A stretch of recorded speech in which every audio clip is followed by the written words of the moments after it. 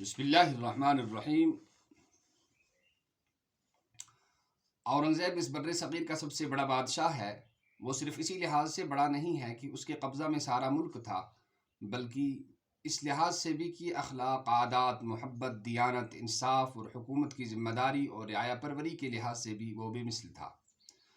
وہ سرکاری آمدنی کو اپنی ذاتی خرچ میں نہیں لاتا تھا، کیونکہ وہ رعایا کا مال تھی۔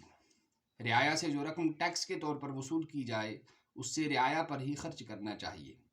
اس سے اپنے ذاتی عیش و آرام اور مقبروں کی تعمیر پر خرچ کرنا بری بات ہے۔ خلفائے راشدین یعنی حضرت ابوبکر صدیق، حضرت عمر فاروق، حضرت عثمان ذو النورین اور حضرت علی مرتضیٰ رضی اللہ عنہم اجمعین، نور الدین زنگی، صلاح الدین اور خود ہندوستان میں ناصر الدین محمود کا یہی طریقہ تھا۔ اورنگزیب نے بھی اس اعلیٰ مثال پر عمل کیا۔ اس جگہ ہم ایک واقعہ لکھتے ہیں جس سے اورنگزیب کی طبیعت کا اندازہ ہو سکے گا۔ شاہ جہاں دریائے جمنا کے دوسرے کنارے پر تاج محل کے سامنے اس نمونہ کا ایک اور مقبرہ بنانا چاہتا تھا۔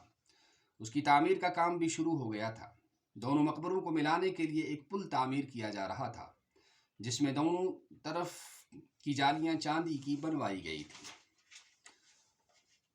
اورنگزیب جب بادشاہ ہوا تو اس نے حکم دیا کہ سرکاری روپیہ ان بیکار چیزوں پر خرچ نہیں کرنا چاہیے۔ اس چاندی کو گلا کر اس کے سکے بنائے جائیں اور اس رقم سے سڑکیں اور پل بنائے جائیں تاکہ مسافروں کو آرام پہنچے۔ اورنگزیب نے اپنے 50 سالہ دور میں اسی نصب العین کے مطابق حکومت کی۔ اس نے ملک میں جو اصلاحات کی ہیں وہ بڑی اہم، اور ان سے رعایا کو بڑا آرام ہوگا۔ اللہ تعالی ہمیں اپنے بزرگوں کے نقش قدم پر چلنے کی توفیق نصیب فرمائے، اور اسی طرح سے موجودہ حکمرانوں کو بھی حکومت کرنے کی توفیق نصیب فرمائے۔ والسلام علیکم ورحمۃ اللہ وبرکاتہ۔